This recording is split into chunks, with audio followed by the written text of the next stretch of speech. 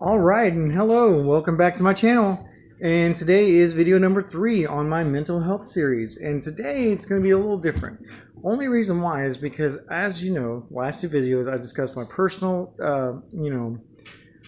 personal journey through mental health and trying to show y'all that I'm as real as possible. And along with that, I'm also showing y'all with my second video and my thoughts and feelings about what we should do to help each other out instead of bringing each other down. Well, this video is actually going to be a resource video. Try to give you, some facts, some interesting facts, what resources you can do to help with you and your personal journey.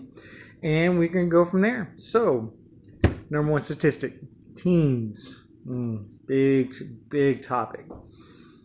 As a father of a couple of teens, it has been an interesting journey for me myself. My oldest has had some various problems, and we've tried to get her help. And she's a grown adult now. She can do what she wants. Only thing I can do is, like I said before, give her the resources and be there for her if she needs it. Well, people want to do their own journey, and I completely respect that. So with that being said, here are some resources with teens.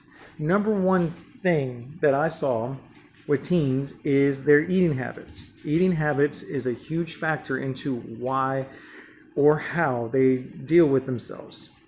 Let's say, for instance, when I was growing up, there was a big thing about bulimia. Big thing about that. And anorexia as well. Bulimia is different. Anorexia, you just don't eat. And bulimia, you actually eat, but then you secretly go somewhere and you take care of your business. Don't want to be as graphic as possible, but you kind of know where I'm meaning in that. So with that being said, both of them are kind of in the same situation. You're losing weight, but it's also a mental health disorder. You know why? Because 1, it's all psychological. So therefore, within yourself, you are battling things within yourself that tells you you're not good enough. That tells you, hey, you know what? People around me think that I need to do better, or I need to be better, or I need to, just whatever society's giving you the, misnomer of saying, oh, well, unfortunately, there are people there that actually think the opposite of you. They probably think you're the AKA handsome or beautiful person in the world.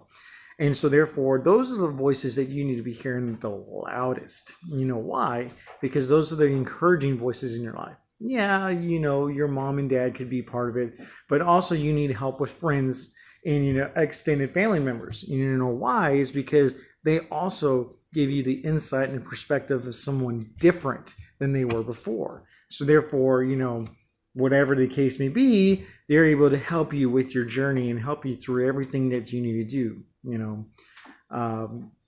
The 5 major characteristics, of the stats that are major categories of what they call them is number 1, anxiety. This dude has it. Number 2 is mood disorders. So people who have different mood disorders. Number 3 is schizophrenia. That's a psychological disorder, but they consider that part of a different spectrum of that because it's also different than the next one, which is number 4, dementia. And number 5 is eating disorders. Those are 5 major categories of mental health. And the reasoning behind them are very wide scoped. People with anxiety have both social and private anxiety. Some people who have anxiety just can't be alone. That's a different form of anxiety. They can't be alone. They're just unwilling to resolve for the fact that no matter what, they have to have someone or something around them. And when I say something or someone, meaning another person or another animal, which goes into my next thing as a resource, an emotional support animal, or a service dog or animal. Reason why I say that is because they're kind of lumped in the same category. I have an emotional support animal. It's the best dog in the world. But that's my opinion. My neighbor across the street, not so much. She thinks he's a vicious animal. Well, unfortunately, she's wrong. But that's my opinion. Who knows? People who think that a bulldog German Shepherd mix with a little splash of pit bull for some reason is a ferocious dog, but I have taken Ace, who is my dog, out several times to meet different people and the different dogs, and never has shown any aggression. Neither the owners have been surprised. Beautiful, beautiful dog. But that's besides the fact. But what I was going into about the ESA animal and your service animals, those are resources and things to get you to help you both with your psychological and your physical needs on top of that. So therefore, ESA dogs or animals are there to help you with coping with anxiety and depression, where service dogs can help with other parts of it, the psychological aspects of, dementia, schizophrenia, to diabetes, to all kinds of other things that help, even as much as blood pressure. A service animal can help sense your blood pressure if it's too elevated. And so therefore you're able to, your dog's able to seek help for something like that. It just really helps you all around. Especially if you forget your med and your blood pressure skyrocketed, the dog is able, or animal is able to sense and then feel and then go from there and to seek help from people. On top of that, other mental health things, depression, bipolar, behavioral disorders, which I think is lumped in together, ADHD, which used to be just ADD and an ADHD, which was attention deficit and then hyperactive attention deficit, but then now they're classified in the same category, but in two different subcategories, where one's more of a hyperactive and then the other one's more of attention. And there are two different spectrums and two different spots of what's going on with that. There's more research on that I did not get into. Something that surprised me with mental health, a long week. Substance abuse, which does make sense if you think about it.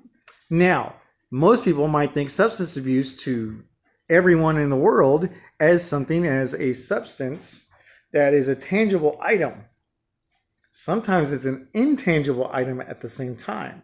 And what I mean by that, substance abuse for me is a person that, one, thinks in their brain as an addictive substance to correlate themselves with a physical thing of like drugs, alcohol, or something that's different, like imagining something or someone, or being something out of the scope of maybe, I don't know, sexual nature is about the best term I could think of. I was going to go on the deep end and probably say a lot of things I shouldn't have said, but probably keeping this as much as PG or PG-13 as possible with it being YouTube. But yeah, anyways, so with that being said, I feel that that's a substance that could be a substance abuse as well, only because the fact that can be an addictive substance, just like people with gambling, just like things like that.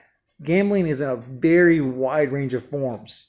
You can gamble with as simple as a pack of cards, from like, say, trying to do trading cards of like baseball players, Magic the Gathering, Pokemon. That's gambling. You know why? You open a pack to get what? Hoping you can score big. Who would have thought that? The same thing that goes with all other companies that try to put loot crates to casino slot machines, all that's gambling. Betting, gambling, that is a substance abuse. And just, all the other thing. You might hear my dog in the background. I'm about to take him out, so he's a little antsy. He's been wanting to play. So, anyways, on top of that, OCD is another order. Another behavioral fact. And the reason why is because obsessive compulsiveness is something that normally some people just can't turn off. They can't, no matter what. No longer can they turn that off, because of the fact that their order has to be in a certain way, a certain spectrum, a certain lifestyle. And no matter what, you cannot deviate from them. Sometimes it's at extreme. Sometimes they have partial OCD where they have to have it a certain way or have to have a certain look. Most of the time, here's a fact for you: learned behavioral OCD. You wonder, what is that? Well, for me, I consider it the 1960s housewife syndrome. The reason why is because these women, unfortunately, were subject in such a mental state that they had to do certain things a certain way. They were brainwashed to think that this is the only way life can be. Like when you see people just clean, clean, clean, clean, clean, clean, clean, or house has to be a certain way, or they go out and put on an ass ton of makeup, and you're going to Walmart.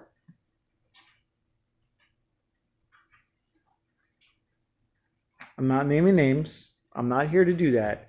But if you are in any of that category, I'm very sorry. That is actually a form of OCD, or what I would call a mental health issue, because you were abused in such a way to think that that was the only way life can be lived, no matter what. In the same spectrum for men who just came home, sat down. Where's my food? Why is the house not clean? Why is it not this? Why is it not that? It's the same difference as an OCD factor. That is someone who wants a certain thing done in a certain way, no matter who they or what they are. It's because they were put into their brain to think that that's the only way life can be yet. But you have to be more open-minded than that. Life changes, life progresses, life changes on to other things. So therefore, you can't sit there and think that one thing on this way is the only way to go. Everyone is guilty of some form of this, but not to harp on people. I want you to seek help. I want you to talk to people. I want you to say, hey, this is a learned behavior. This is a learned OCD factor. And my way of thinking needs to evolve in such a way to think, people do need help. I may need help. That's what I am here for, to open the stream, to open the way it should be, because it should not be just this stigma or, no, I don't have OCD. What are you talking about? No, we need to be more open. We need to be more honest with people, and we need to be more helpful for each other, because that's the only way we're going to move forward. Only way. I'm going to end this video with a couple of websites that I found that could be helpful for you. Sorry, I burped there inside. Anyways, betterhelp.com, mhresources.org, mentalhealth.org, and HealthWire, or Healthline. One of those two. I cannot read my writing. Yeah, but that's .com for that one. And another resource you can do is to eat better in your life and exercise. Who would have thought exercise helped with the mental capacity? That's also because exercise releases endorphins in the brain. It makes you feel good.